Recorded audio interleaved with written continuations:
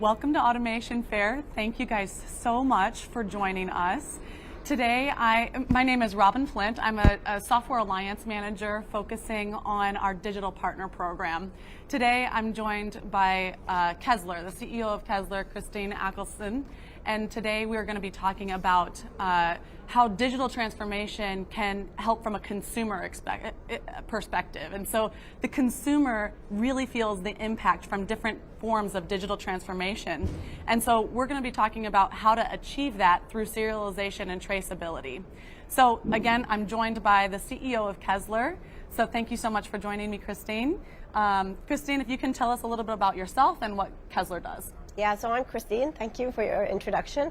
So Kezzler is a cloud-based enterprise solution for product digitization and traceability. So we basically enable traceability through the individual products. So buying behaviors are shifting a lot. We're seeing how the buying behavior is shifting, and through subscriptions on Netflix and different ways that our cloud-based technologies are allowing us now to work more effective than ever remotely. Even different buying decisions when we're at a grocery store, to be able to see the ingredients on a package of whatever it may be that I'm consuming, like a coffee beans or that sort of thing. So really being able to provide that farm to fork. And in fact, Nielsen Insights shows that 73% of consumers are willing to spend more on products that they can authenticate and track that are ethically sourced. So I have a question for the consumers out there who are listening. Would you be willing to spend more on ethically sourced ingredients that you can see? And would you be willing to spend more if you can also see some of the environmental savings and environmental impact? So feel free to chat the answers in. And then my question for you, Christine, would be, how does Kezzler help clients meet those environmental, social, and governance initiatives?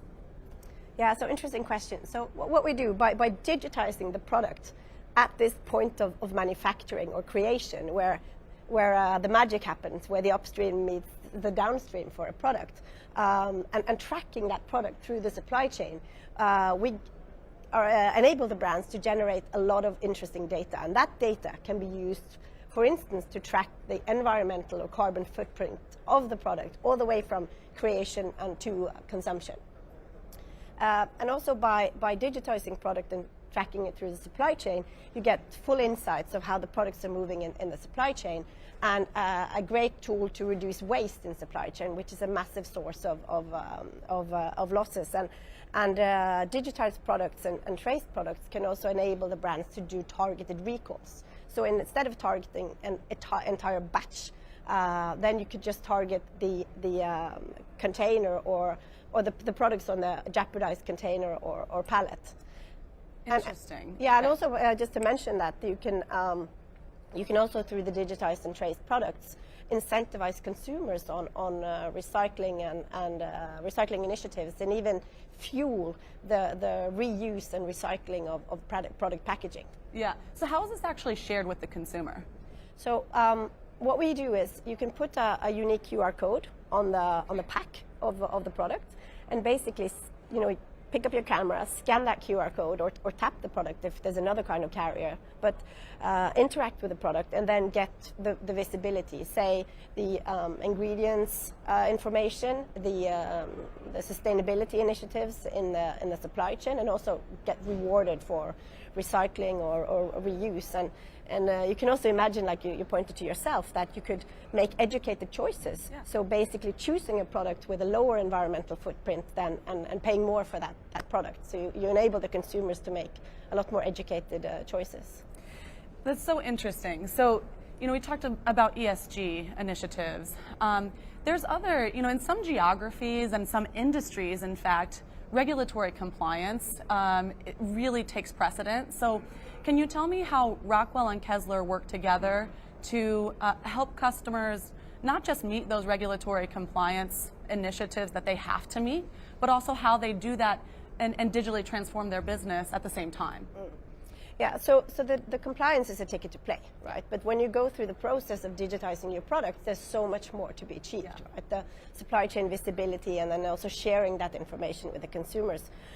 In Friesland Campina, our joint customers, it's the world's largest dairy cooperative. We enabled Friesland Campina to re-establish trust in infant formula after the infant formula scandal in China in 2008.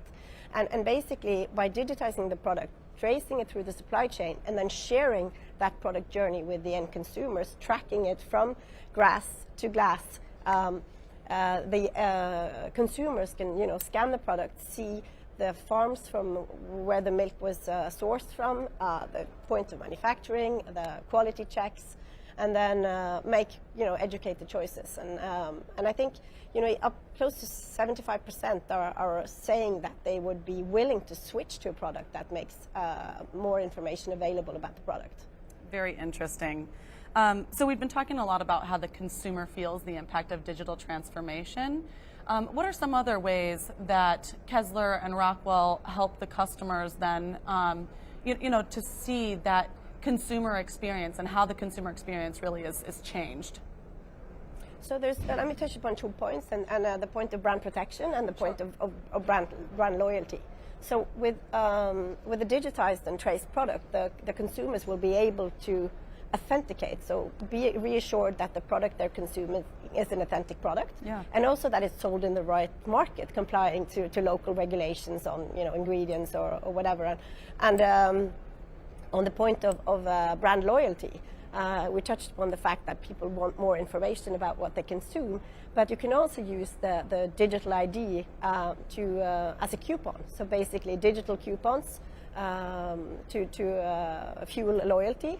And the brand on their side, they will get unprecedented insight into who's consuming their product, where and how, when, how often. Very interesting. Okay. It's interesting to see these impacts the consumer. We've been talking a lot about how Kezzler does this as well. Why don't you share how we do it together, how we achieve this with Rockwell? So yeah, actually, thank you. Rockwell, we've actually been doing serialization at the plant level and down for over 10 years, and we've had over 100 lines that has serialization solutions at the plant level. And then we integrate with software companies like Kezzler at the level 4 to be able to aggregate all that information together for a customer.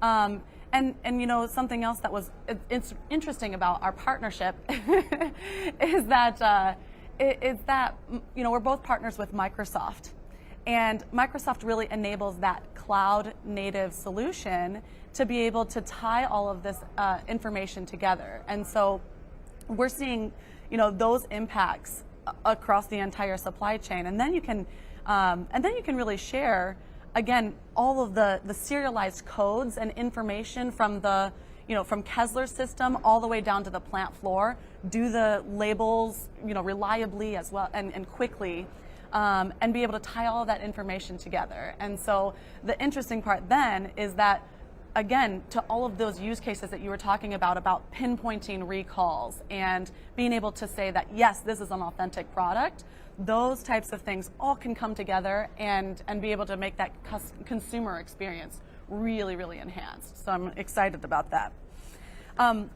Christine, we don't see that many female CEOs in this industry, and I know that this makes you probably uncomfortable, but I would be remiss if I didn't ask.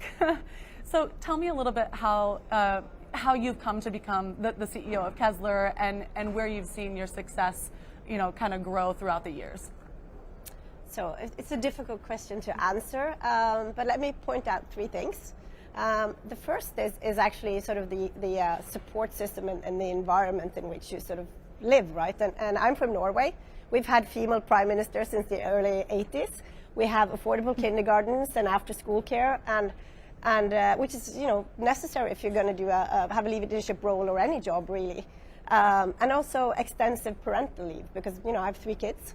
But also that brings me to the second point, my husband. So he's really the curiosity here. He's been taking he's a finance professional, works as a private equity partner, and he's been taking extensive paternity leaves with our 3 kids. Yeah. And I think that when you get to the point that the expectations of absence because of kids basically is equally distributed between a man and a woman, it would be much easier to pick the female candidate. But this is, getting political here. And I guess the last point would be, I guess I have some personal traits that I've always been taking responsibility since school days, but I guess it comes down to sort of hard work. I believe in doing the job that you do the best you can here and now, and not planning your next career move. So it comes down to hard work and persistence, and also having the stomach to sort of live with taking risks and being responsible for people's jobs and salaries and investors' money. Yeah, exactly. Gosh, such an awesome answer. I so much admire you. So thank you so much for joining us. Thank you also for joining us. If you would like more information, we have a digital transformation booth. So go join us on the show floor. We also have an enterprise traceability session that will be live streamed at 11 o'clock Central. So please join us for that session as well. Thank you.